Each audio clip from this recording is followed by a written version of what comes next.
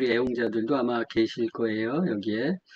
우리가 이런 공부를 하는 이유는 일단 건강에 대해서 좀 제대로 아는 게 에, 중요한 시대가 됐고, 수명이 길어지는데, 기대 수명은 길어지는데, 건강 수명은 별로 길어지지 않잖아요. 그죠?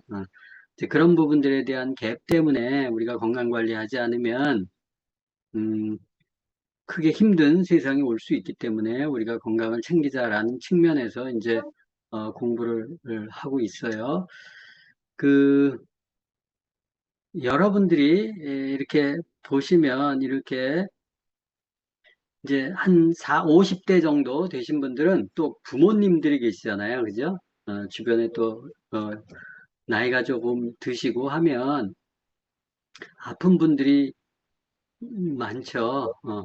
근데 그 아픈 분들이 이렇게 하는 행동이나 이런 것들을 보면 대부분 사람들 아프면 병원 가잖아요. 그죠? 어, 그냥 병원 가죠. 그래서 약 타서 먹고 하는데 제가 1주차에 설명드렸었던 인체와 자연치유력에서 중요한 게, 어, 우리가 약으로 치료할 수 있는 게 있고, 급성질환 같은 경우는 감염증, 만성질환은 약으로 치료 못하는 거예요. 그죠? 낫지 않는 거예요. 평생 먹어야 되고, 먹으면서 한두 알로 그치는 게 아니라 계속 더 다른 약들이 가중이 되면서 몸이 점점 더 힘들어지죠. 그 급성질환과 만성질환에 대한 치료법을 정확히 인식을 한다면 쓸데없는 약을 쓰고 쓸데없는 돈을 쓰고 낭비하지 않을 텐데 예, 이제 그런 생각을 좀 많이 하는 거예요. 그래서 어, 이 사람들이 건강에 대해서 따로 공부할 기회가 없어요. 그죠? 음, 그래서 어떤 음식을 먹어야 되고, 또 어떻게 하면 건강하게 살 수 있는지, 또 어떻게 하면 만성질환을 피해갈 수 있는지, 또 예방할 수 있는지, 이런 부분들에 대해서 별로 공부한 게 없기 때문에 그냥 아프면 병원에 의존하게 되죠. 근데 이제 그런 세월들이 길어지면 노후가 정말 힘들어져요. 음, 그 낫지도 않는 것에 계속 목숨 걸고, 나이가 이제 뭐, 한 60대 정도 되시면, 어, 이제 부모님들도 뭐 80대, 90대가 되시잖아요. 그럼 이제 약을 줄줄이 드시고 또 여러 가지 합병증 때문에 고생하실 텐데, 이제 그러다 보면 병원에 드나드는 게 일이에요. 그죠? 어디가 아프다 병원 가고, 허리 아프다 병원 가고, 눈이 안 보인다 병원 가고 이러는데, 이제 그런 것들이 병원에 가서 나을 수 있으면 얼마나 좋겠습니까? 그죠? 근데 낫지 않는 거를 계속 하고, 또, 뭐, 어디 나가서, 뭐, 디 의원이 용하다더라, 어디 병원이 잘한다더라, 뭐 이런 소문 듣고, 이제 와서 나도 그 병원 가야 된다, 뭐 이런 얘기들을 많이 하고 또 듣고 계실 거예요. 근데 이제, 어, 그 건강에 대한 개념만 정확히 조금 인식을 하고, 또, 그 아픈 과정이 노화가 되면 이렇게 아픈 데들이 생길 수 있어요. 근데 자꾸 젊었을 때 생각하고 조금만 아파도 뭐 진통제, 소염제, 병원 들락날락하고 이러면서 더 병을 깊게 하고 그 삶의 그 어떤 그 라이프 스타일도 굉장히 떨어지고 이렇게 살아가는 경우들이 너무 많아요. 그래서 제가 이제 또 우리가 또 누구한테 얘기하면 잔소리가 되잖아요. 그죠? 그래서 얘기 잘 안 듣잖아요. 응, 응. 그래서 이런 자리를 통해서, 어, 저는 또 제3자니까 또 여러분들 또 주변의 가족이나 또, 말 잘 안 듣는 자식들이나 아니면 부모님들이나 옆에 같이 앉혀서 같이 좀 듣게 하시면 그래도 조금 더 설득하기가 조금은 본인들이 설득하시는 것보다 훨씬 나아질 거예요. 그죠? 그래서 이런 자리 같이 이렇게 들으시면 좋을 것 같아요. 어, 건강에 대한 염려증이 나는 아직도 있다. 그러시면, 아, 나는 아직 건강법에 대해서 잘 모르는구나. 또 내가 몸이 어디 안 좋다 그러면 내가 병원 가서 검진을 받아야 좀 안심이 놓인다 이런 분들이 있으실 수 있어요. 그죠? 그러면 아, 나는 아직 건강에 대해서 잘 모르는구나. 모르는 수준이구나. 이렇게 아시면 돼요. 그런 염려증이 없으셔야 되죠. 그죠? 공부를 잘 하시고 터득을 하시면 그런 염려증이 없으셔야 돼요.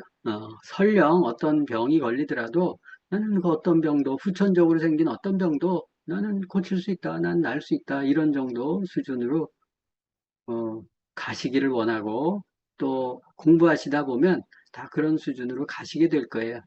그렇게 되면 여러분들이 주변에 에, 올해 10월 또 내년 또 상반기에 웰리스 랩 들어오면서 누군가 이렇게 누군가의 건강을 이렇게 돕게 되잖아요. 잘 도우려면 내 건강에 대해서 좀 많이 알고 또, 어, 그, 적어도 우리 질병이나 오장육부에 대해서는 어느 정도 알아야 이렇게 잘 안내해 줄 수 있기 때문에 우리가 이런 과정을 거치는데 일단은 건강에 대해서 아주 기본적인 것들을 이렇게 오픈 건강 교실에서는 다루는 거예요. 그래서 이런 부분들만 제대로 이해해도 어, 그 건강에 대한 기본적인 개념이 서기 때문에 이렇게 휘둘리지 않고 좀 이렇게 살아가실 수 있어요. 그런 시간이 되기를 정말 바랍니다.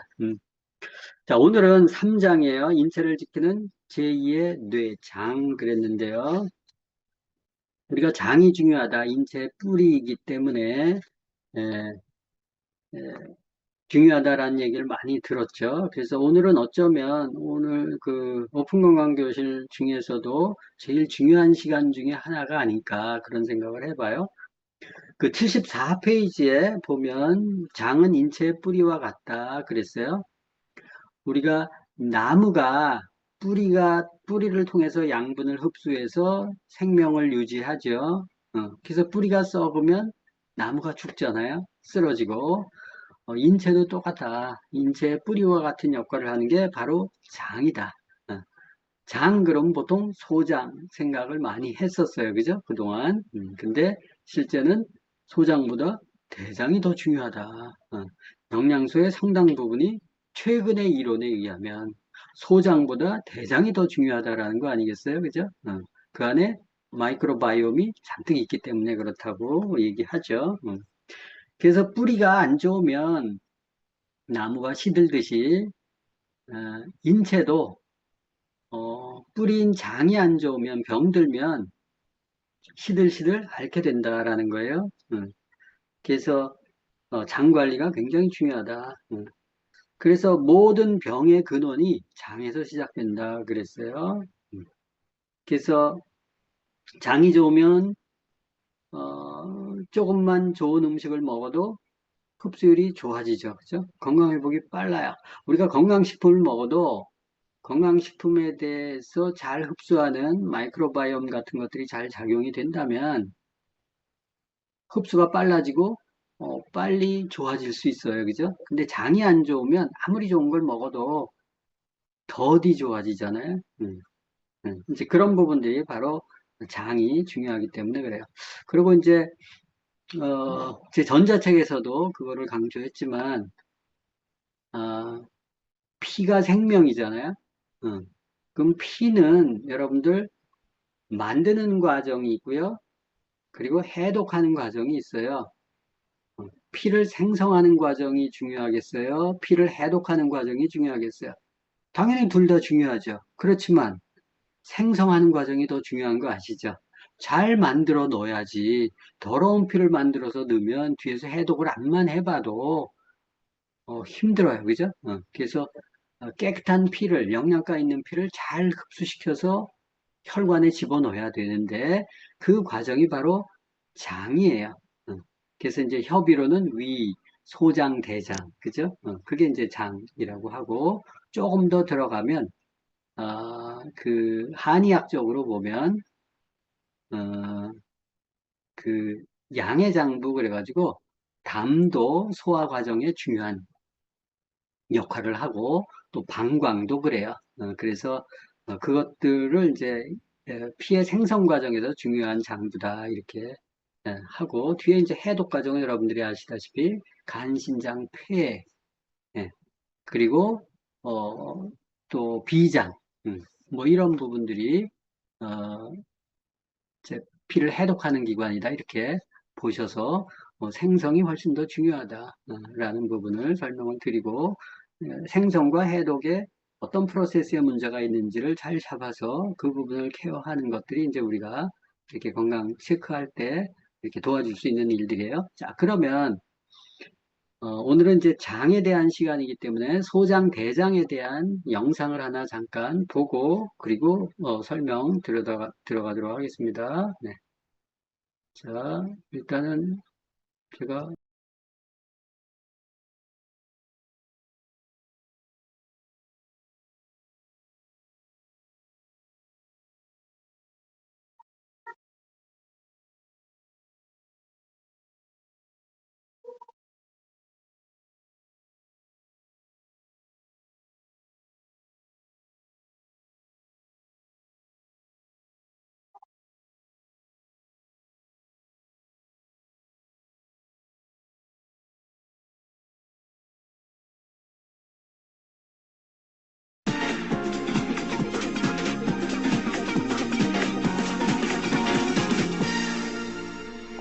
나무에 있어서 뿌리는 생명의 원천이라고 할 수 있습니다. 이 뿌리는 모든 영양분과 수분을 흡수해서 나무 전체로 보내주는 역할을 하죠. 이 뿌리가 튼튼하지 못하면 잎이나 줄기가 제대로 자랄 수 없고 나무 전체가 이렇게 병들기도 합니다. 우리 몸에서 나무의 뿌리와도 같은 역할을 하는 것이 바로 장입니다.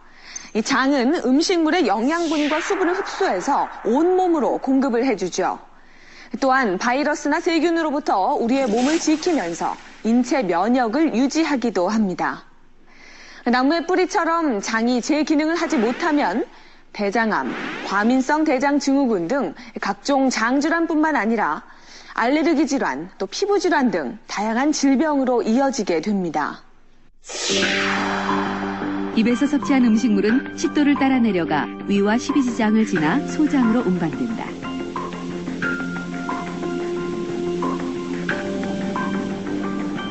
소장에서는 음식물 안에 있는 영양분의 흡수가 이루어지고 음식물은 다시 대장으로 내려가 수분이 흡수되며 점차 단단해진다.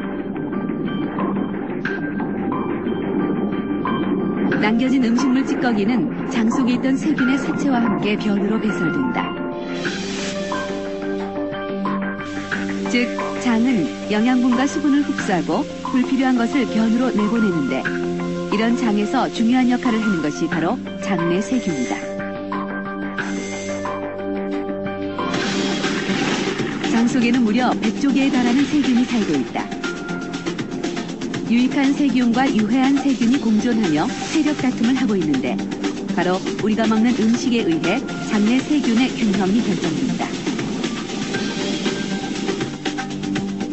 장내 세균에 대한 연구는 사이언스지가 선정한 10대 의학 분야 최대 성과에 꼽혔을 만큼 최근 중요한 화두로 떠오르고 있다.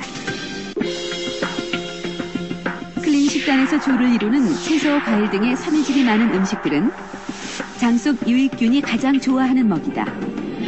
섬유질은 유익균을 증가시킬 뿐 아니라 유해균의 발생을 억제하고 유해물질과 독소 등을 방어해 우리 몸의 면역력을 높인다. 결국 채소 위주의 음식은 건강한 장을 만들어 각종 질병들을 개선시키는 효과를 가져온다.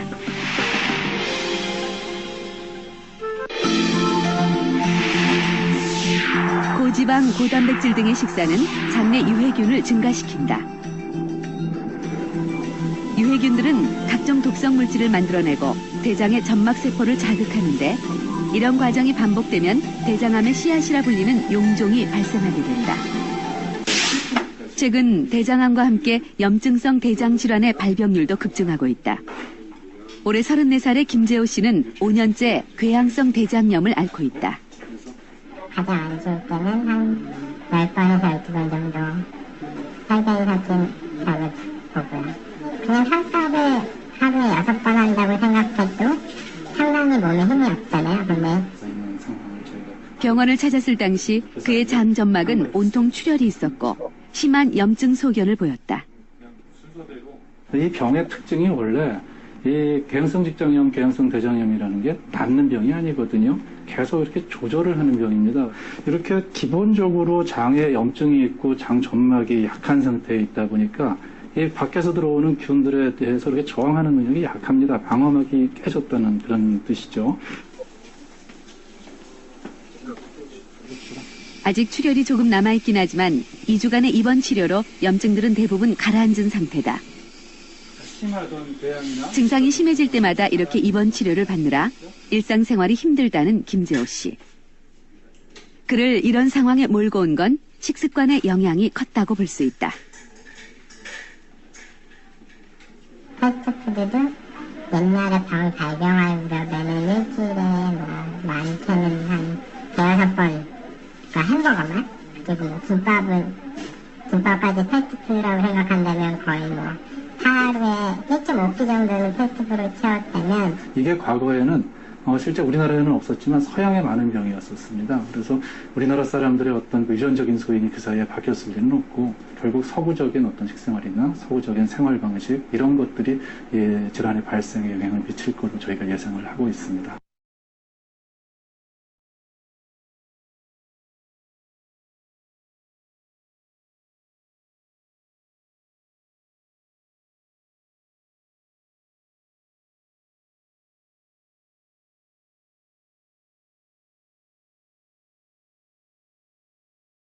네, 영상 잘 보셨죠?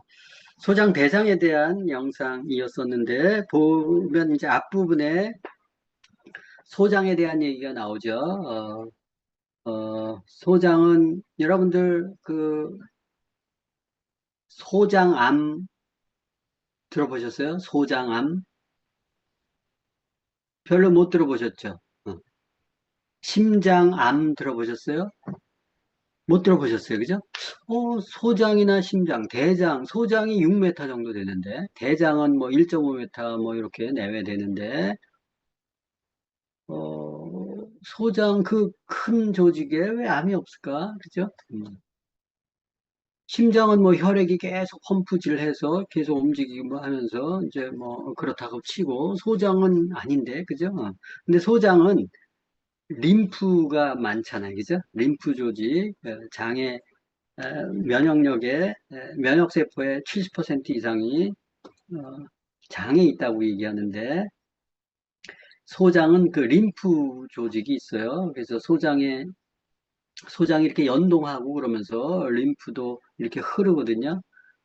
그래서 림프가 많기 때문에 그걸로 보호되고 대장은 장내 미생물로 보호가 되죠. 우리가 얘기하는 이제 유익균들이 많았을 때 안 좋은 균들이 또는 이렇게 혈액 속으로 못 들어가도록 이렇게 방어하는 역할을 하기 때문에 그렇고 그게 이제 무너졌을 때 용종이 생긴다고 얘기했잖아요, 그죠?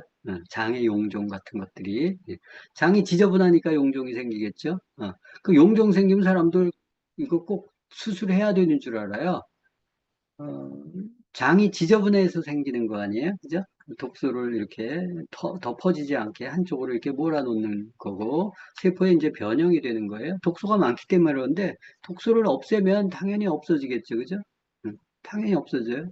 그래서, 내 몸에 맞는 유산균과 또 식이섬유, 그리고 음식 같은 것들을 좀, 육류 같은 거, 이렇게 절제하고, 빵이나 뭐 이런 것들, 안 좋게 하는 것들 이제 줄이고 하면, 당연히 용종이 줄어들죠.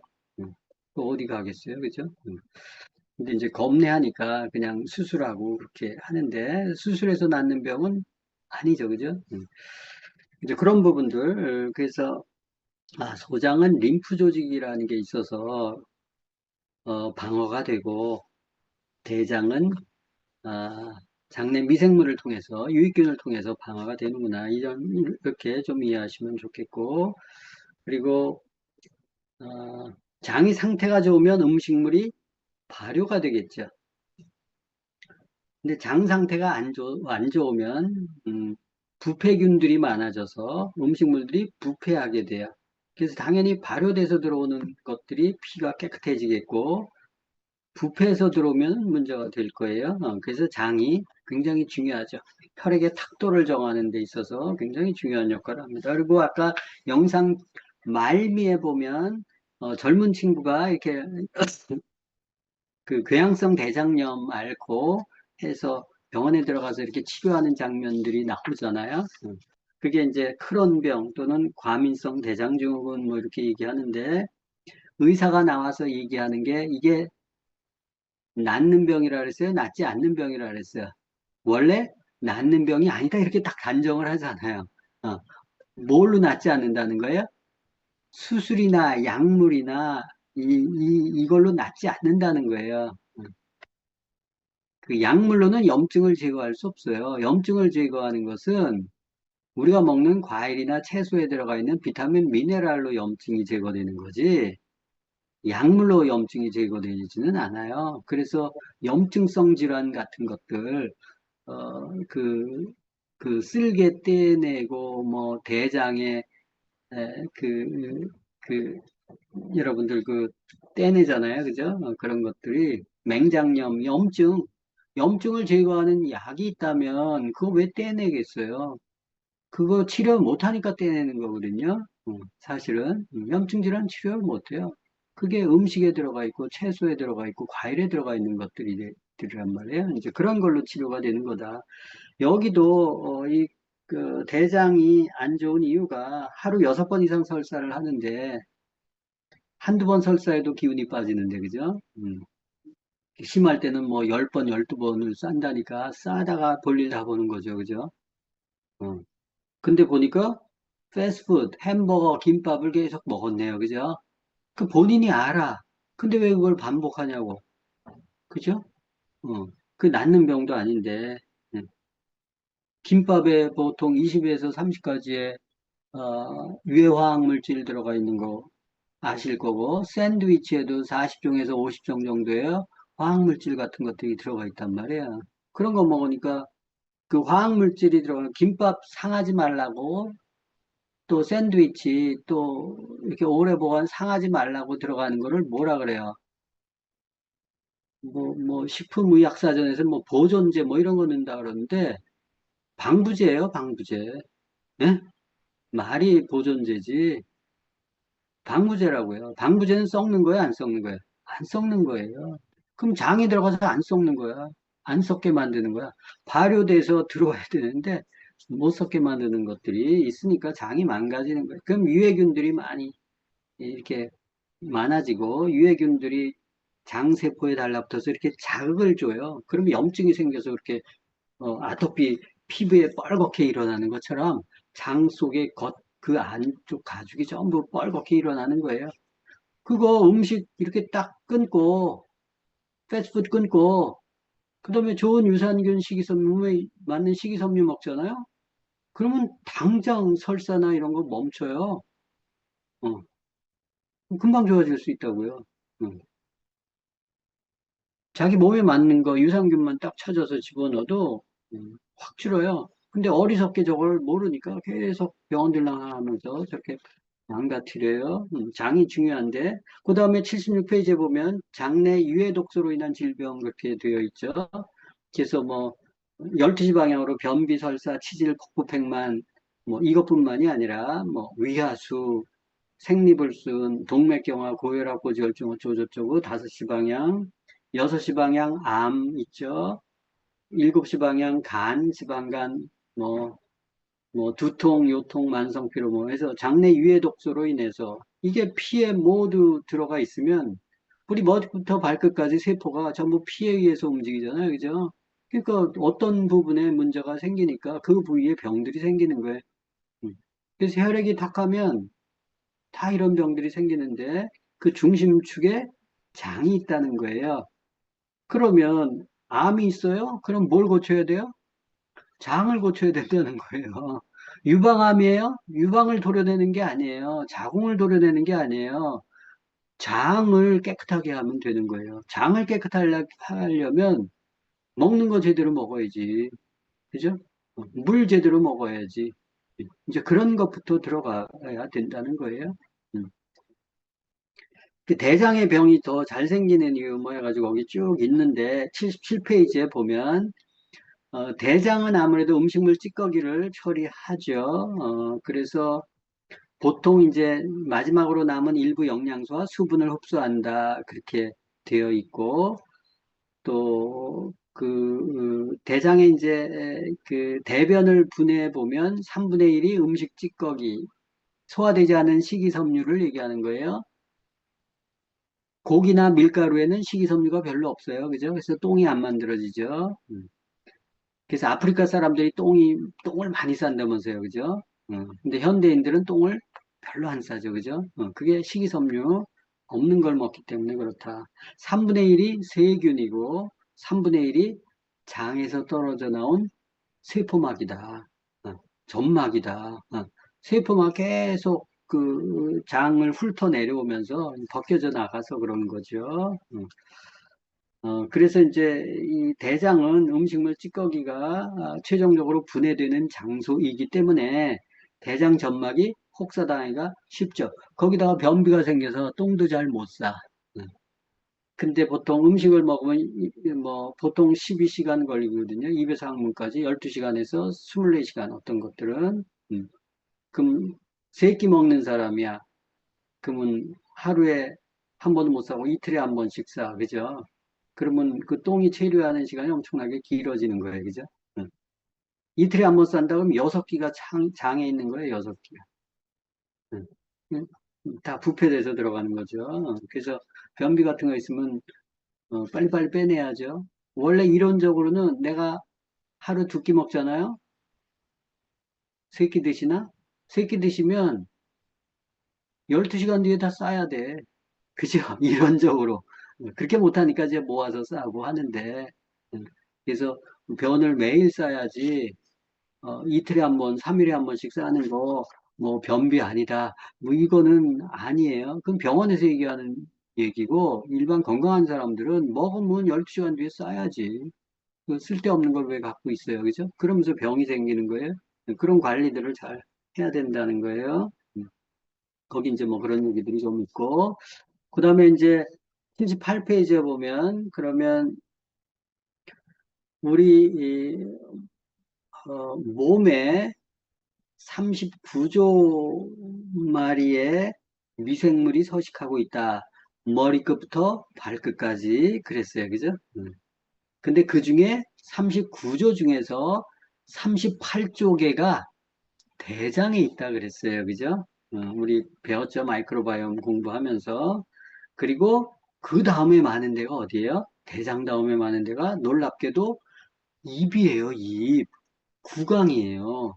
입 안에 대장의 100분의 1이 있다고. 38조의 100분의 1이 구강에 있고, 그 다음에 소장에 있어요. 여러분들 구강 사이즈 얼마 안 되잖아요, 이 크기에. 소장은 길잖아요. 6m 정도 된다니까요. 그러니까 이 좁은 공간에 이 구강에 얼마나 많은 마이크로바이옴이 들어가 있는지 여러분들 아셔야 돼요. 그죠? 그럼 그 마이크로바이옴을 잘 살려야 되잖아요. 그죠? 좋은 것들. 장 안에도 미생물이 다양하게 있어야 된다면서요. 그래서 여러분들 치약 아무거나 쓰면 안 돼요. 합성계말성제 같은 거 들어가 있는 치약 같은 경우는 구강의 유익균들을 죽여버려요. 어. 그래서 어떤 학자들이 보니까 당뇨병 희한하게 걸린 사람들 보니까 이 치약 잘못 써서 당뇨 온 사람들 되게 많더라. 뭐 이런 얘기 할 정도로 그 구강의 균 되게 중요하고 소장 100분의 1. 그 다음에 이제 피부예요. 피부가 대장의 1000분의 1 정도의 미생물이 있어요. 그리고 위도 있어요. 위 안에도 미생물들이 있거든요. 뭐 헬리코박터균 뭐 이런 것들도 있잖아요. 그죠? 그러니까 10의 7승분의 1이다 뭐 해서 우리 온몸에는 머리부터 발끝까지 다 있는 거예요. 다 있는데 특히 대장이 제일 많더라. 라는 게 이제 거기 있고 우리가 이제 음식물을 흡수시킬 때 우리 뭐 이 소화액 같은 것들이 우리 몸 안에서 나오는데 실제 소화액이 나오는 거는 몇 종 되지 않는다. 대부분 음식물이 소화 흡수되는 과정에서 대장의 미생물들이 그 역할들을 대부분 하더라. 아, 라는 얘기들을 많이 하잖아요. 그죠? 그래서 대장의 미생물이 어떤 상태냐에 따라서 내가 콩을 먹어도 효과가 있고, 이소플라본이나 뭐 이런, 에코올 물질들이 잘 흡수가 돼서, 유익한 역할을 하는데, 대장의 미생물에 콩을 분해하는, 제대로 분해해서, 이렇게 좋은 피로 만들어주는 미생물이 없다면, 먹어도 꽝이라고 얘기했잖아요. 그죠? 그게 다 대장 미생물의 작용이다. 우리 장에 얼마나 있는데? 한 2천여 종 있더라. 대장에 2천여 종 정도 있고, 장내 세균 무게만 한 1kg이 넘는다 할 정도로, 대장에는 균들이 우글우글 하는데, 그 균들이 우리 몸과 공생한다는 거예요. 그리고 이제 79페이지의 중반에 보면, 어, 이 미생물 중에서도 뭐 꼭 분류할 수는 없지만 그래도 몸에 좀 좋은 영향을 주는 유익균이 있고 또 안 좋은 영향을 주는 유해균들이 있더라. 어, 근데 유해균도 유해균 나름대로 할 일이 있다는 거예요. 그래서 이제 영상 같은 데 보면 유익균은 장 점막에 딱 붙어가지고 장 점막을 보호하고 또 뭐 여러 가지 음식물을 잘 분해해서 발효시켜서 들어가게 도와주겠죠. 근데 유해균은 부패시켜서 집어넣는다. 이렇게 아주 간단하게 생각하시면 되고 당연히 발효돼서 들어가야 피가 깨끗해지죠. 부패돼서 들어가면 문제가 되죠. 그죠? 근데 이제 그 유익균들이 장 점막에 딱 달라붙어서 유해균들이 달라붙는 것을 방해해요. 유산을 분비해가지고 유해균들이 이렇게 침입하는 것을 방어해 주기 때문에 장점막이 깨끗해지는 거예요. 우리가 앞 시간에 아까 영상을 통해서 그 젊은 친구가 장에 궤양성 대장 염증, 그래서 이 피가 이렇게 많이 이렇게 흔적이 있었던 이유들이 그 유해균들이 장점막을 계속 공격하면서 자극해가지고 이게 염증이 생겨서 그런 거거든요. 그래서 그 염증을 치료하려면 어떻게 된다고요? 항생제를 먹어야 돼요? 소염제를 먹어야 돼요? 병원에서 그렇게 치료하잖아요. 그죠? 그럼 유익균도 다 죽어버려. 그래서 유익균들을 집어넣어서 장점막을 보호해주면 유해균들이 달라붙지 않아요. 그러면 장점막이 깨끗해지고 정상적인 기능을 할 수 있게 되는 거죠. 이제 그런 식으로 해서 유익균들을 잘 먹는 게 중요하다. 라는 거고, 거기에 유익균 중에 대표적인 게 유산균인데, 보통 이제, 그, 유산균은, 장을 깨끗하게 하는 작용을 한다. 그리고 유익균의 증식을 도와준다. 유해균을 억제시킨다. 그리고 장의 연동을 도와줘서 변을 잘 이렇게, 에, 그, 배설시키는 작용을 한다. 이런 것들이 바로 유산균들의 역할들이죠. 그래서 80페이지 상단부에 보면 유산균의 역할 해가지고 쭉 적어놨는데 우리 몸에 전체적으로 다 영향을 준다라는 거예요.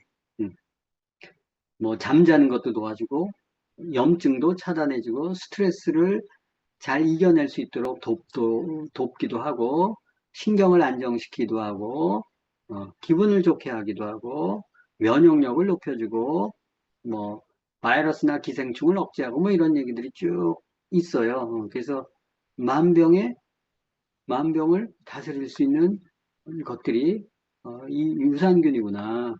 그래서 유산균을 잘 배양시키면 우리 몸은 건강해질 수 있겠네. 이런 것들이 이제 거기서 주는 메시지예요. 자, 81페이지에 보면 그러면 장이 안 좋아지면 병이 생긴다며. 그리고 피가 탁하게 된다면서. 그죠? 그래서 아까 뭐 자궁암, 유방암 걸렸다. 그러면 자궁 떼어내고 유방 떼어내고 그러면 해결이 되냐? 아닌 거예요. 자궁 잘못도 아니고 유방 잘못도 아니고 자궁에 흐르는 피, 또 유방에 흐르는 피와 림프의 탁한 정도 때문에 세포가 변형이 되면서 암이 생긴 거기 때문에 그 피가 탁한 거, 그리고 림프가 탁한 부분들이 바로 장에서 시작되기 때문에 장 건강이 중요하다는 거예요. 그래서 81페이지에 이제 에, 이 장이 굉장히 중요한데 특히 해독과 면역에 있어서 가장 중요한 역할을 담당한다. 배웠어요. 예전엔 그냥 뭐 배설하고 소화 흡수하고 배설만 신경을 썼었는데 지금은 아니라는 거예요. 음. 그래서 장에 노폐물과 독소가 쌓이면 장 점막이 어떻게 된다고요? 손상이 되어 상처를 받아요. 상처가 되면 그 상처를 뚫고 염증이 들어가요. 탁한 피들이 들어가죠. 또 세균이나 바이러스들이 들어간단 말이에요. 그러면 그게 침투해서 혈관을 타고 온몸에 퍼지게 되는데 온몸에 퍼지게 되면 오장육부와 세포를 손상시키고 질병을 야기한다. 이게 바로 장누수 증후군이다라는 거예요. 이 장누수는 장이 구멍이 난 거예요. 미세한 구멍이 나서 그 구멍 사이로 안 좋은 세균이나 바이러스나 독소들이 또 유해 화학물질들이 타고 혈관으로 침투하게 된다라는 거예요. 자, 그 영상을 하나 보도록 하겠습니다. 그래서 이 영상을 잘 보세요. 피가 탁한 게 근원인데 이 장이 좋으면 탁한 피가 안 들어가요. 장이 안 좋기 때문에 탁한 피가 들어가거든요. 그래서 그 과정을 잘 보시면 좋을 것 같아요. 일단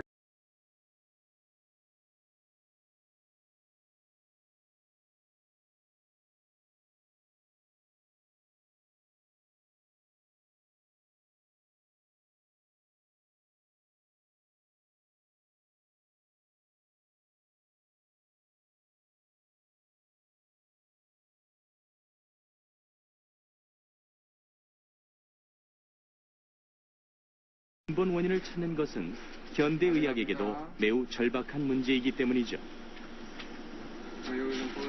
소화기 내과 전문의인 전우규 교수. 그는 독소의 정체가 무엇이고 어떻게 해서 우리 몸에 침입하게 되는지 궁금했습니다. 그리고 그 해답은 바로 장 속에 있었죠. 넓은 의미에서의 장은 입부터 항문까지를 말합니다. 음식물이 들어와서 나가는 전 과정이 모두 장에서 이루어지죠. 하지만 장의 진정한 가치는 따로 있습니다. 바로 우리 몸의 가장 중요한 면역 반응이죠. 밖에서 들어온 병원균이나 항원들, 해로운 독소들은 모두 장에서 걸러집니다. 장에 있는 수많은 세균들이 그 일을 담당하는데요. 겨우 1g밖에 안 되는 대변 속에도 1000억에서 1조 마리의 세균이 있습니다. 병원균은 여러 가지 독소들을 뿜어냅니다. 또한 균 자체의 몸에서 털이나 꼬리가 떨어져 나오기도 하죠. 특히 세균이 죽으면 세포의 벽이 깨지면서 껍질이 분해되어 나오는데 이것이 바로 인체에 치명적인 내독소입니다. 그 내독소가 들어오면은 한마디로 얘기하면 염증을 일으켜요, 염증을. 갑자기 아주 대량으로 나타나면은 이거는 폐혈증에 빠져서 뭐 며칠 내로 사망하게 될 정도로 아주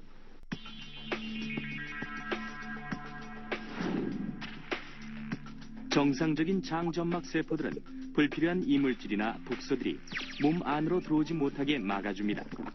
일종의 방어막 역할이죠.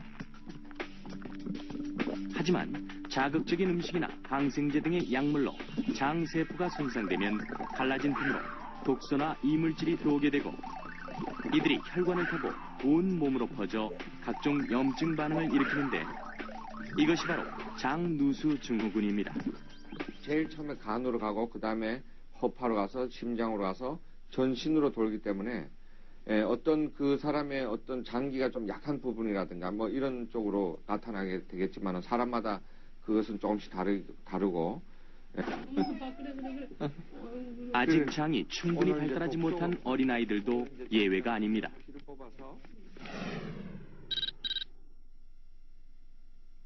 병원에서도 그냥 약만 바르라고 해서 지켜보고 있는 상황인데 어떨 때는 심해지고 어떨 때는 또 좋아지고 하니까 그게 어떤 기준에서 좋아졌고 어떤 기준에서 나빠졌는지에 대한 거를 아직 판단을 하지 못해서 어떻게 해야 될지.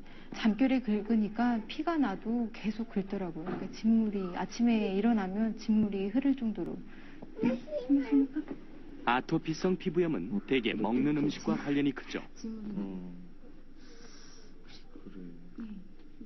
피부가 민감하고 장 발달이 덜 된 아이들은 같은 음식에도 심한 증상을 보입니다. 애들이 또 크면은 피부 아토피 알러지도 되지만은 뭐 무슨 코 알러지 이런 것도 생기고.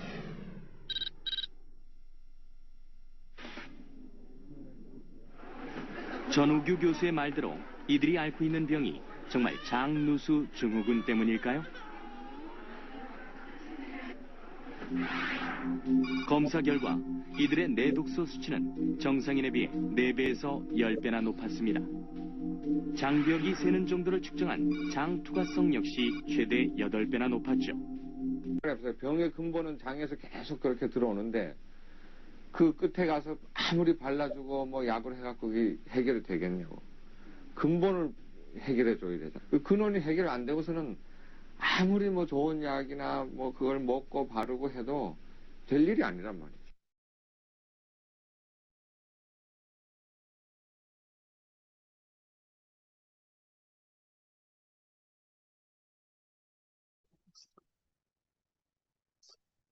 네, 자, 영상 잘 보셨죠? 장누수 증후군에 대한 얘기고,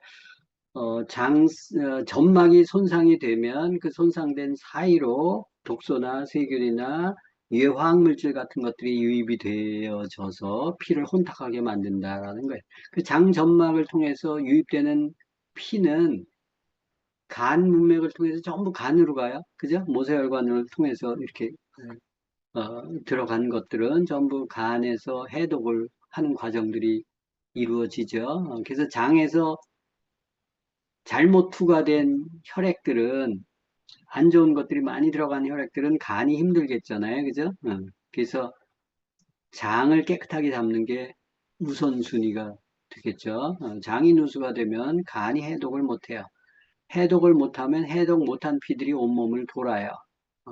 그래서 아까 아토피, 보통 아토피 그러면 피부병이라고 생각해서 피부과에 가지고 약 발라대잖아요. 그죠? 스테로이드 연고 뭐 이런 것도 바르고 해서 그 부작용으로 이 코끼리 가죽처럼 이렇게 뻣뻣하게 되고 이런 부작용들이 여러 가지 생기는데 호르몬 교란도 생기고 그래요. 스테로이드 이런 것들은 그러면 이제 그런 것들을 분석을 해봤더니 이 아토피의 원인이 뭐라고 돼 있어요? 장의 점막이 손상이 돼서 장누수가 많더라. 장누수가 많은 아이일수록 아토피가 심한 아이예요. 그래서 아토피가 피부병이라고요. 장누수병이라고요. 장누수병이라고. 그러면 아토피나 피부 질환이 있으면 장을 잡아야 돼요. 피부를 잡을 생각을 하지 말고. 그래서 장이 좋으려면 먹는 걸 잘 먹어야 되잖아요. 그래서 안 좋은 거, 뭐 분유 같은 거 먹고 설탕 잔뜩 들어가 있고 또 화학 조미료 같은 거 잔뜩 들어가 있는 분유 먹이니까 아이들이 아토피가 많은 거고 모유를 먹어야 되는데 모유를 안 먹고 분유 먹이고 또 뭐 인스턴트 음식 같은 것들이 길들여져 있으니까 사탕, 초콜릿, 빵 뭐 이런 것들 먹으니까 장이 망가지는 거란 말이에요. 그죠? 그럼 음식을 바꿔줘야지. 그래서 아토피가 있다 그러면 그거는 먹이는 사람의 잘못이야. 아이가 무슨 잘못이 있겠어요. 그죠?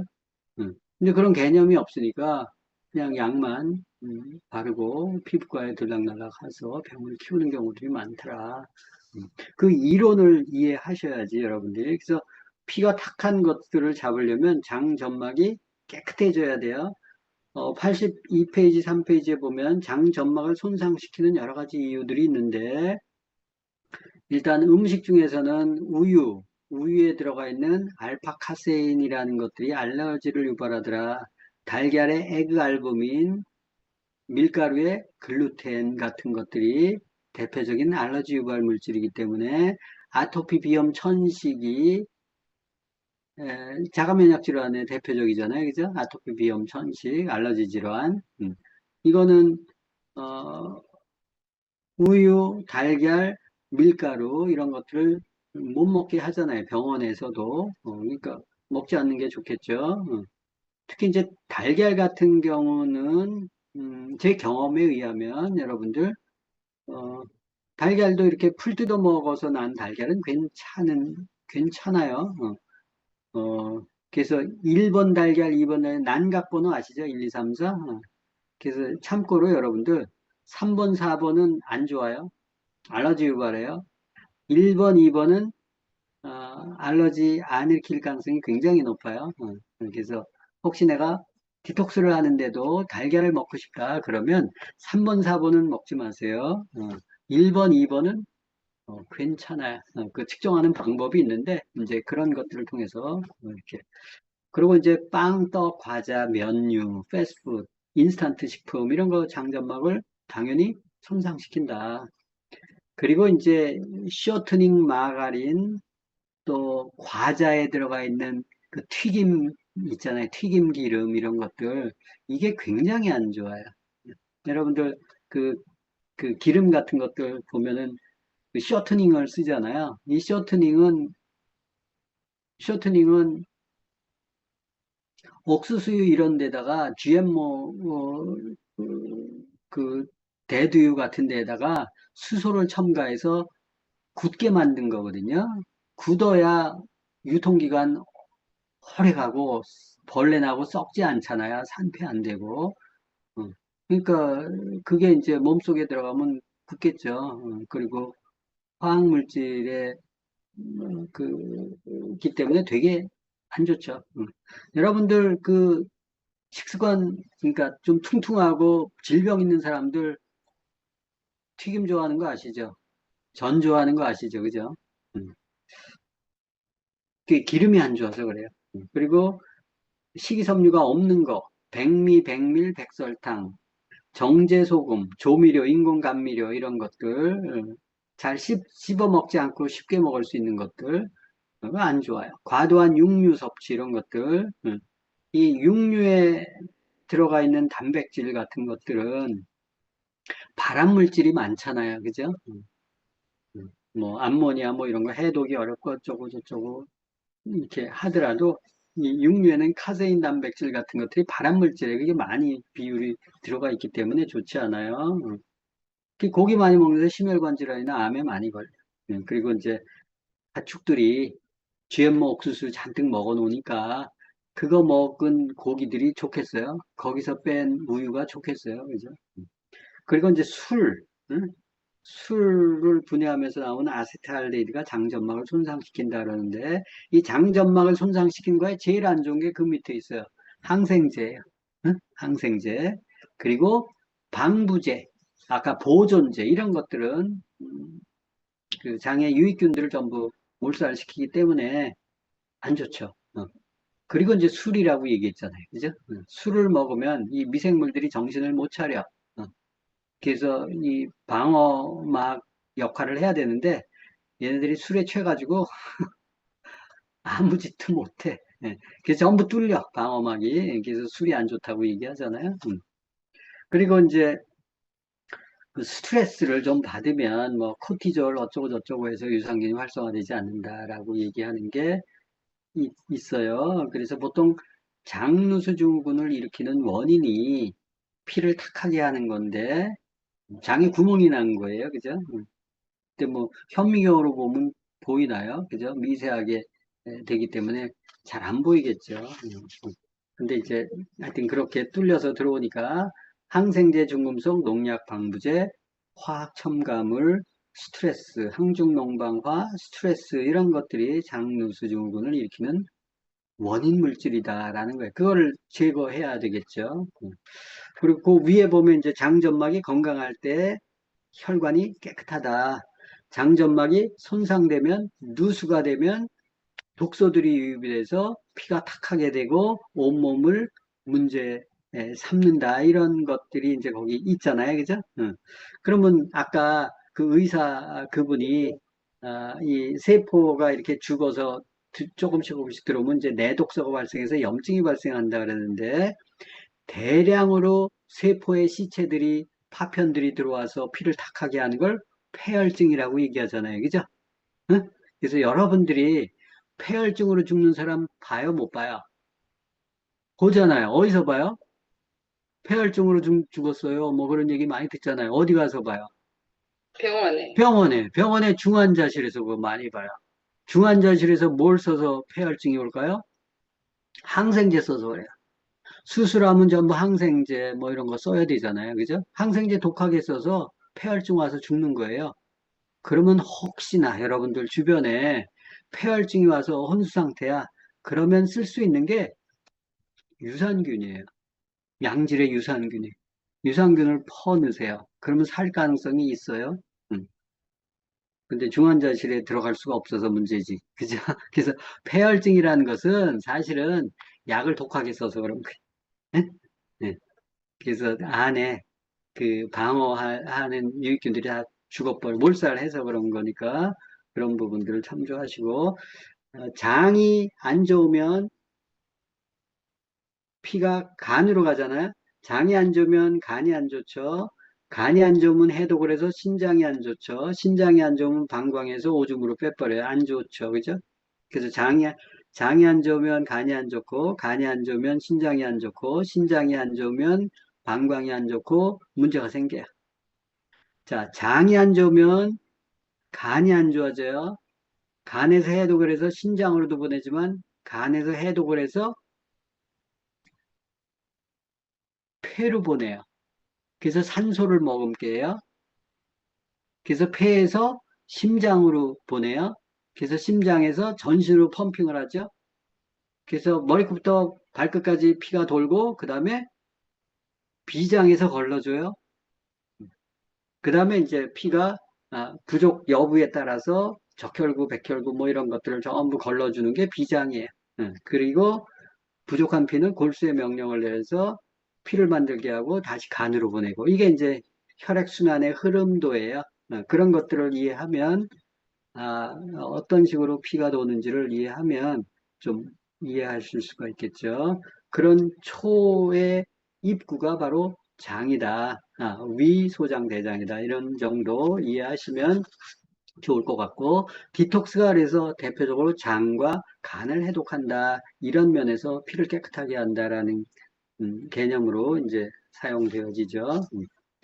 자, 그 다음 페이지에 보면 이제 유산균의 역할과 선택의 기준 그랬어요. 우리가 보통 유산균을 상품화해서 쓰는데, 이 유산균이라는 것은 원래 젖산을 만들어내는 균이잖아요. 젖산을 만들어내는 균을 통칭해서 유산균이라고 얘기하는데, 이 유익균의 대표적인 것을 이제 유산균이라고 얘기하고, 상품화하기 쉽기 때문에 이제 유산균이 많이 알려진 거다. 유익균의 역할을 하는 건 엄청나게 많아요. 이제 만들어내지 못하고 밝혀내지 못한 것들이 많기 때문에 그럴 뿐이에요. 이 유익균이 좋아하는 먹이가 채소, 과일이라고 그랬죠. 현미채식이에요. 그래서 현미채식을 하라. 유해균이 좋아하는 게 고기예요. 고단백, 육류단백 이런 것들. 그래서 장에 미생물에 어떤 먹이를 주냐에 따라서 유해균이 잘 자라고 유익균이 잘 자라고 하잖아요. 그래서 우리가 현미채식을 하십시오 하는 얘기가 장내 유익균들이 잘 자라라고 하는 거죠. 그리고 이제 또 그래서 유익균이 좋아하는 먹이가 현미채식이고, 그 다음에 장을 따뜻하게 해줘야 유익균이 잘 자라요. 차가우면 유해균이 잘 자라요. 우리 어렸을 때 매주 이렇게 띄울 때 따뜻한 아랫목에 이렇게 하면은 누룩균이 피지만, 이 찬데 두면은 썩은 부패균이 시커멓게 녹색균 같은 것들, 젊은 분들은 잘 모르시겠지만 이제 이 균들은 따뜻한 환경에서 잘 자라기 때문에 배를 따뜻하게 해줘야 돼요. 배 안을. 근데 찬물, 아이스 커피, 냉 주스, 탄산 음료, 또 맥주 이런 거 좋아하잖아요. 그죠? 이러면 유익균이 죽어요. 그리고 이제 물 관리, 또 온연료법 이런 거, 찬 음식을 되도록 삼가해라. 음식점에 가면 꼭 냉면 시켜서 차게 먹는 사람들 있잖아요. 그죠? 다 뚱뚱한 사람들, 장이 안 좋은 사람들. 또 상온의 음식을 섭취하는 게 좋다라는 것. 그러면 유익균을 단기간에 배양시키려면 어떻게 해야 돼? 유산균을 먹고 유산균에 먹인 식이섬유를 먹어야죠. 그죠? 식이섬유를 좀 쪼개 놓은 게 올리고당이에요. 그러니까 탄수화물은 식이섬유는 탄수화물의 일종이에요. 탄수화물을 분해해서 잘 쪼개지지 않는 것들을 이제 10당, 이렇게 단당류 2당, 3당 이렇게 있잖아요. 10당 이상이 식이섬유죠. 그죠? 올리고당이 4당인가 그럴 거예요. 그래서 이제 식이섬유가 유산균의 먹이가 되는구나 이렇게 이해하시면 되죠. 자, 그러면 유산균을 어떤 유산균을 먹어야 돼? 올리고당이 3당에서 10당까지를 올리고당이라고 하고 식이섬유를 11당 이상을 식이섬유라고 얘기해요. 단당은 여러분들 포도당, 과당을 얘기해요. 우리가 장에 들어가려면 단당으로 흡수가 돼야 되잖아요. 탄수화물 먹으면 다 쪼개놓고 단당으로 해서 포도당으로 흡수되죠. 2당은 설탕, 메가당, 유당 이런 것들이 있고 올리고당이 3당부터 10당까지예요. 그래서 식이섬유가 좋아하는 아니죠. 유산균이 좋아하는 먹이가 뭐라고요? 올리고당. 올리고당이 3당에서 10당까지다. 이렇게 보시면 돼요. 자, 어떤 유산균을 먹는 게 좋을까 그러면 일단 유산균은 장에 살아 들어가야 돼요. 근데 우리가 입으로 넣을 때 위산이 나오고 담즙이 나와요. 위산은 강산이고 pH 2 정도 돼요. 그리고 담즙은 알칼리성이에요. 그래서 담즙에 죽고 알칼리에 약하기 때문에 살아서 들어가야 돼. 예. 그 다음에 장 점막에 떠돌아다니면 그냥 음식물에 휩쓰여서 그냥 빠져나가요. 얘네들이 장 점막에 딱 붙는 특성들이 있는 균들이 좋아요. 장에 잘 부착이 되어 있어야 돼. 그리고 장 안에서 잘 증식이 돼야 돼. 예. 이게 유산균들이 가지고 있어야 될 특성들이에요. 근데 이제 우유에서 자라는 균 같은 경우는 그 우유에서 자라는 거지. 사람 장 안에 우유 있어요? 없어요? 없잖아요. 그죠? 그건 먹을 때뿐이야, 그런 것들은. 그래서 좋은 균들이 아니다. 사람 장에서 자라는 균들이 좋은 균들이지. 예. 그래서 그 유산균들이 있는 것들을 잘 먹으면 변이 황금색으로 변하죠? 응? 변이 황금색으로 변해요. 그래서 유산균이 제대로 작동을 하는가, 내 장에서 잘 작동을 하면 변이 노랗게 되고, 작동하지 않으면 녹변 같은 것들을 싸게 되죠. 그래서 아이들, 이렇게 어린애들 녹변 같은 거 싸면 장이 안 좋고 유산균이 별로 없는 아이들이에요. 유산균이 잘 분사가 돼서 묻혀지면 노랗게 변해요. 이제 거기에 그런 얘기들이 쭉 있고, 그래서 유산균도 아무거나 먹으면 안 돼요. 싸구려금 먹으면 다 죽어요. 그죠? 그리고 장에서 생존하지도 않고 그런 것들을 이제 잘 먹어야 되고, 우리 장에 유산균이 특별히 보관되고 있는 창고가 있는데 그게 바로 어디라고요? 유산균 보관 창고가 어디예요? 맹장. 맹장. 그래서 예전에는 맹장을 떼어냈죠. 근데 2007년도에 미국 듀크 대학에서 2007년도에 미국 듀크 대학에서 맹장이 놀랍게도 유산균 보관 창고라는 거예요. 그래서 소장에서 대장으로 딱 넘어갈 때 그 충수돌기가 있잖아요. 그래서 소장의 음식물 상태를 보면서 유산균을 분비해 주는 거야. 이렇게 쏴주는 거야. 근데 유산균이 부족하면 어떻게 돼요? 염증이 생기겠지. 그 염증이 생기면 아프고 뭐 퍼진다고 하니까 도려내잖아요. 그죠? 그래서 혹시 여러분들 맹장 증후군이나 뭐 이런 게 있으면 유산균을 퍼먹으면 좋아져요. 저도 이제 몇 번 사례가 있었는데, 응급적으로 실려갔던 사람들도 유산균을 먹고 수술 안 하고 이렇게 퇴원한 경우들이 많이 있었으니까 참고하시고, 그래서, 맹장 떼어내면 된다, 안 된다? 안 돼요. 맹장 있는 사람은 뭐가 부족한 사람이에요? 유산균이 부족한 사람이에요. 그래서, 좋은 유산균을 잘 먹으면 맹장 걸리지 않아요. 걸렸다 하더라도 나아요.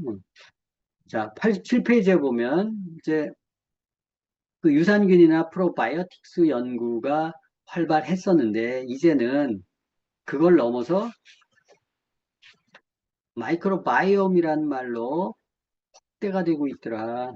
그래서 마이크로바이옴에서 인체에 서식하는 미생물 전체를 마이크로바이옴이라고 얘기해요. 그러니까 마이크로바이오타라고 하면서 이들이 가진 유전 정보 전체를 마이크로바이옴이라고 하는데 하여튼 이런 것들이 이런 미생물들이 사람에 공존하면서 우리 건강에 영향을 준다.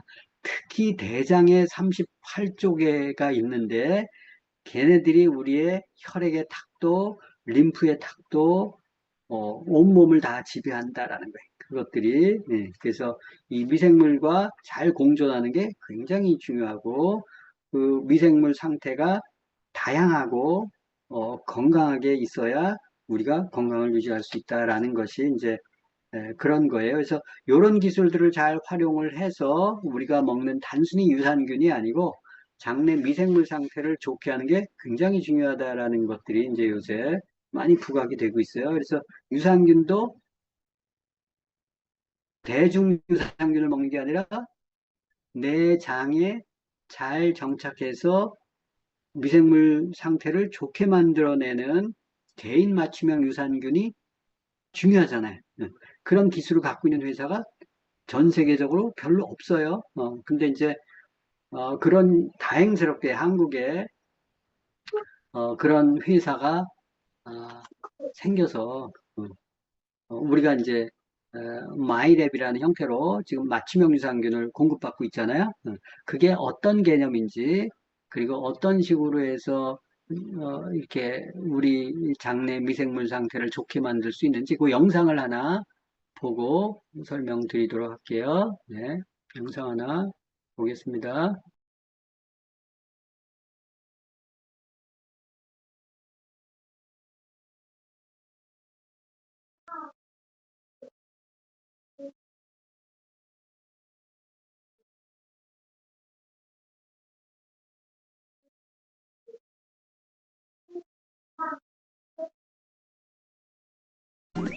간단하게 자기소개 좀 부탁드릴게요. 저는 HM파마 대표이사 지요셉이고요. 네. 미생물을 좋아하는 미생물학자입니다. 그래서 HM파마 연구소가 어떤 곳인지 자신의 똥을 통해서 왕만 누리던 그 귀한 거를 그 시절 어휘보다 더 정확하게 비싸고 더 정밀하고 더 현대화된 장비들을 이용해서 맞춤형 식단부터 당신의 건강 상태 그리고 어떤 프로바이오틱스를 드셔야 되는지까지 플랫폼 안에 다 집약되어 있습니다. 비렐름 폴 자펩 교수님 어떤 분이신가요? 홀자펠 교수님 미생물학계에서는 식품미생물 연합의 동심 회장으로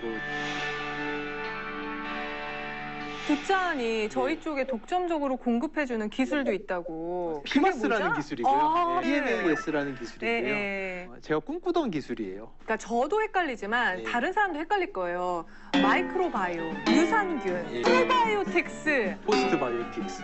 너무 헷갈려요. 그래서 일단 하나씩 어떻게 달라요? 유산균이라고 하는 거는 젖산을 만드는 미생물들을 이렇게 하나로 모아놓은 거예요.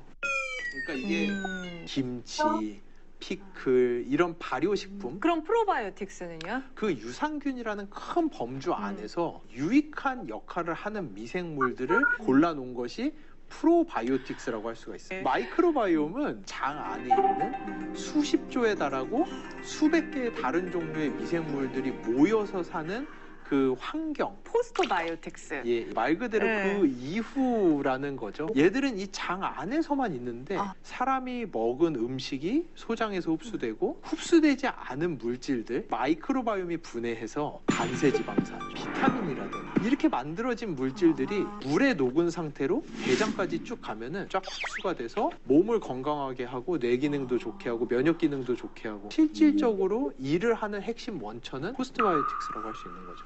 마이크로바이옴이 하고 있는 일이 신경 기능, 면역 기능, 장 기능, 대사 기능. 이거보다 더 나갔어요. 예? 그리고 저희가 마이크로바이옴이 다 다르다라는 거를 보여주는 어떤 상징적인 그림인 것 같아요. 예. 진짜 다 다른 거예요. 연구를 보면은 제왕절개로 태어났나, 자연분만으로 태어났나, 분유를 먹었나, 모유를 먹었나, 이것들이 이제 자신 몸 안에 계속해서 정보가 축적되다 보니 그 같은 인생 사는 사람이 없듯이 그쵸. 같은 마이크로바이옴을 네. 가진 사람이 없는 거죠. 제 마이크로바이옴을 맡기고 싶네요. 맡겨주십시오. 저는 왕의 어휘보다 훨씬 더 정확하게. 왕이 된 것처럼. 예, 그래서 분변 채취가 있어요. 예, 저 많이 해봤고. 예. 너무 싫어. 예. 분변을 채취를 하고 보내드리면 되는 거죠? 반송 신청을 해주시고 최대한 프레시하게 그 직전에 체변을 하셔서 택배 기사님에게 맡겨서 저희 회사로 보내주시면은 가장 좋습니다. 체변해서 보냈으면 연구소에선 과연 어떤 일이 벌어지는지 예. 저희가 자세하게 보도록 하겠습니다. 예. 네. 저게 실제 연구소 모습인 거죠? 예, 맞습니다. 분변을 아주 정확한 양을 따가지고 저 이제 계량 스푼에다가 따가지고 섞어주는 과정을 저희가 전처리라고 합니다. 무슨 균주를 분리하고 배양하시는 거세요? 예, 똥 안에서 핵심 미생물들을 분리를 해가지고 보관을 하는 작업도 하고 있습니다. 그 분변을 이렇게 나눠 놓게 되면은 저희가 뭐를 해야 되냐면은 그 플레이트 안에 들어간 미생물들이 내가 사람의 장에 다시 들어왔구나 라는 착각을 일으켜야 돼요. 전부 다 사람의 장과 동일한 환경으로 만들어져 있어요. 저 사람 손 넣은 저 공간. 안쪽은 어머. 예, 산소도 없고 온도와 그리고 저 안에는 이렇게 아지테이션이라고 이렇게 연동 운동을 해주는 것까지도 사람의 장 안과 동일한 환경을 만들어놔서 착각을 일으킬 수 있도록 만들어주는 작품. 그리고 거기에다가 고객분들이 나중에 드시게 될 6종류의 프로바이오틱스를 저희가 미리 그 장에 넣어보는 거예요. 그러니까 프로바이오틱스랑 어떻게 반응하는지 까서 볼 수 없잖아요. 그렇죠. 저희는 고객분들의 장을 복제, 아바타로 쭉 만들어 놓고 고객분이 드시기 전에 저희가 미리 다 넣어보고 분석을 해서 고객님께는 이게 최고입니다라고 정해주는. 왜요? 10개, 20개. 그냥 찝은 게 아니고요. 40가지나 되는 다양한 콤비네이션을 먼저 만들어서 그거를 40명의 분변 시료로 1600회 이상의 분석을 통해서 최종 선별된 게 6개인 거지 저희가 그냥 눈 감고 아무렇게나 고른 제품이 아닙니다. 시스템이. 좋다. 그렇죠. 이게 복제장 네. 시스템이 가지고 있는 아주 특별한 기능 중에 하나입니다. 당장 제가 체변을 해가지고. 이거는 지금 네네네. 유전자 분석기인데요. 미생물의 유전자를 다 뽑아내면은 플로셀이라는 칩에다가 네. 유전자를 올려서 이 유전자 분석기에 넣게 되면은 그 고객의 분변 안에 있던 네. 미생물들의 유전자들을 다 읽어드립니다. 그거를 저희가 다 보고 할 수가 없어서 이제는 AI에다 접목을 시켜서 훨씬 더 정확하게. 빠르고 정확하게. 예. 진짜 저기 한번 갔다 오면 왕보다 낫겠는데요? 왕은 그냥 예. 이렇게 하는 그렇죠. 건데. 예. 그러면요, 박사님. 예. 저한테 검사 결과지 보내고 한 1년 뒤에 받아볼 수 있겠네요. 그쵸? 제가 연구할 때만 해도 정말로 1년이 걸렸어요. 근데 지금은 5주 안에 고객분에게 정확한 정보를 전달해드리는 이 프로세스를 전부 다 세팅을 해놨습니다.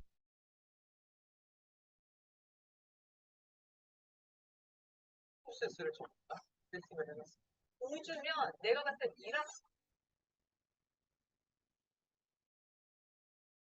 네, 영상 보셨죠?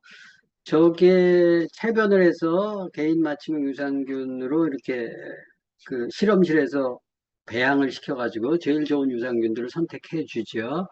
저게 이제 피마스라는 기술을 활용을 하는 건데, 저게 바이오 신약 개발하는 기술이에요. 근데 세계 최고의 기술 중에 하나예요. 왜냐면 저 기술을 활용해서 지금 이런 형태로 맞춤형 유산균을 제공하는 기업이 전 세계적으로 저 회사 하나예요, 지금. 음. 그럴 정도로 앞서갈 수 있는 이유가 아까 HM 파마라는 회사의 창업자가 홀차펠 교수님이라고 독일의 미생물학계의 거두죠, 그죠? 그분이 선교 차원에서 한국에 오셔가지고 어떻게 한국에서 창업을 하시게 돼서 이제 저런 우리가 혜택을 누리게 됐는데 저런 거는 돈이 있다고 저거 검사 받을 수 있는 게 아니에요. 근데 아메이하고 이제 제휴해서 지금 저렴하게 검사를 받고 우리는 이제 맞춤형 유산균을 먹죠. 장 관리하는 게 굉장히 중요한데 그 장 관리의 핵심이 바로 마이크로바이옴이기 때문에 혹시 이 영상을 보시는 분들 중에서 나는 그냥 유산균 먹는데 하신다면 내 장의 그 체변 검사를 통해서 지금은 한 4주 정도 걸리거든요. 한 달 좀 안 걸리는데 그 레포트도 분석하는 게 또 복잡하게 있어요. 이렇게 수십 페이지의 레포트가 같이 나오는데 그런 것들 보면 내 몸에 어떤 것들이 부족한지, 왜 잠을 못 자는지, 왜 깜빡깜빡 하는지, 왜 내가 조금만 먹어도 살이 찌는지, 내가 왜 콜레스테롤 수치가 높은지 이런 부분들에 대해서 다 분석이 돼서 나오니까 그런 도움을 좀 받으시면 아마 건강 관리 하시는데 도움 되실 거예요. 네. 일반 병원에서 저거 하면 좀 비싸요. 근데 여기 아메 회원들은 특별하게 장비나 뭐 이런 것들 다 아메에서 해줬기 때문에 특수한 계약으로 좀 싸게 할 수 있어요. 활용하시면 좋겠고. 그래서 마이크로바이옴이 중요한데 소장, 대장이 훨씬 더 중요한 시대가 왔구나. 근데 대장에 병이 많이 생긴다며. 네. 그거로 인해서 피가 탁하게 되더라 라는 거예요. 소장보다는. 그래서 대장 관리가 중요하고 거기에 생명은 마이크로바이옴이다 라는 것까지 설명을 드렸고, 그리고 이제 그 마이크로바이옴의 먹이가 식이섬유예요. 그래서 그 뒷페이지에 보면 장 건강과 식이섬유의 관계되어 있어요. 이 식이섬유는 엄밀하게 탄수화물에 속하는데 여러 개의 당 성분들이 여러 개의 사슬고리가 집합되어 있다. 그래서 아까 11당부터 식이섬유라고 얘기했어요. 그래서 씹어야 소화가 돼요. 식이섬유는. 근데 현대인들은 씹기를 싫어하죠. 그래서 식이섬유를 잘 안 먹어요. 그래서 이제 식이섬유를 쭉 보면 90페이지에 이 식이섬유가 예전에 영양가가 없어서 이렇게 무시했었는데 지금은 대장의 먹이에요. 유산균의 먹이가 되고 제육의 영양소다 라고 할 만큼 재조명이 된다. 근데 이제 식이섬유는 우리가 지금 뉴트리라이트의 식이섬유가 뭐 여러 종류 있는데 파이버 식이섬유가 있고 그죠? 그 다음에 파이버 비치가 있죠, 그죠? 그래서 파이버 파우더 식이섬유는 장 속이 좀 뜨거운 사람들한테 도움이 돼요. 파이버 비치는 장 속이 좀 찬 사람들이 도움이 돼요. 잘 모르겠다. 그러시면 먹어보세요. 그래서 변이 잘 나온다. 그러면 잘 나오는 걸로 하시고 이제 속이 뜨거운 사람들이 있어요. 특징이 변비가 좀 있고 변이 좀 딱딱하게 나오는 사람이 장이 좀 뜨거운 사람일 가능성이 높아요. 그 변비가 토끼통처럼 나오는 변비가 장의 열성이에요. 근데 이제 장이 좀 냉한 사람도 변비가 있을 수 있어요. 뭐 밀가루나 음식이나 이런 것들 식이섬유를 안 먹으면 그런 사람들의 변비는 처음에 눕기가 힘들어. 그러다가 뚫리면 쭉 나와. 이게 냉성이에요. 그래서 그 냉성은 파이버 비치를 드시고 열성은 처음부터 끝까지 동글동글하게 나온다. 힘들다. 그러면 파우더 식이섬유를 드시면 도움이 되세요. 굉장히 중요해요. 식이섬유 선택해서 먹어야죠.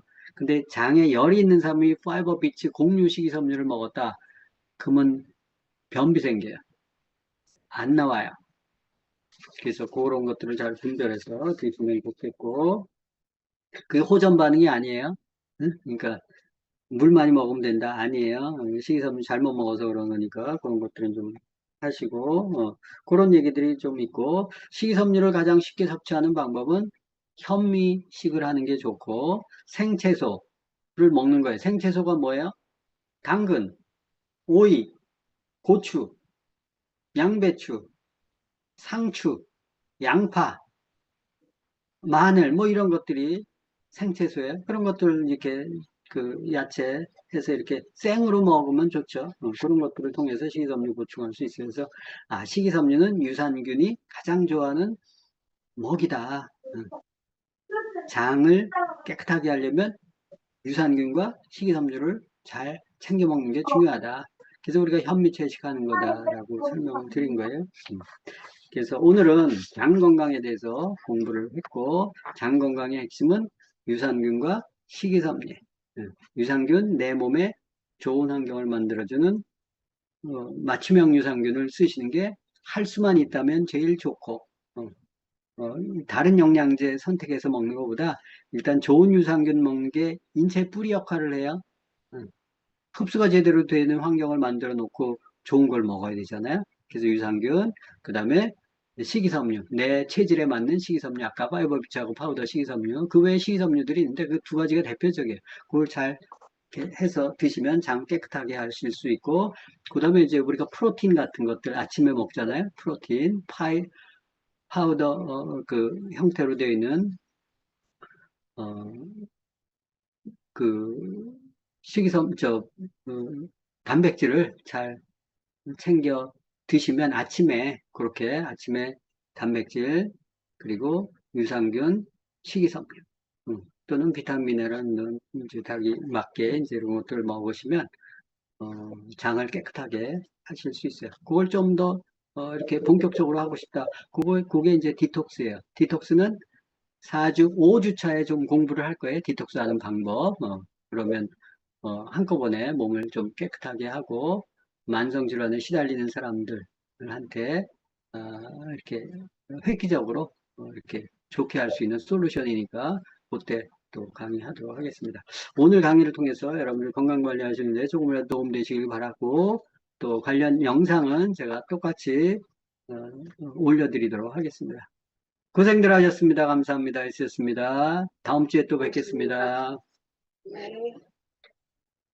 애프터들 이렇게 따로 모임들 있으시면 애프터 하시고 다음 주에 또 뵙겠습니다. 네, 감사합니다. 수고들 많으셨습니다. 수고했습니다.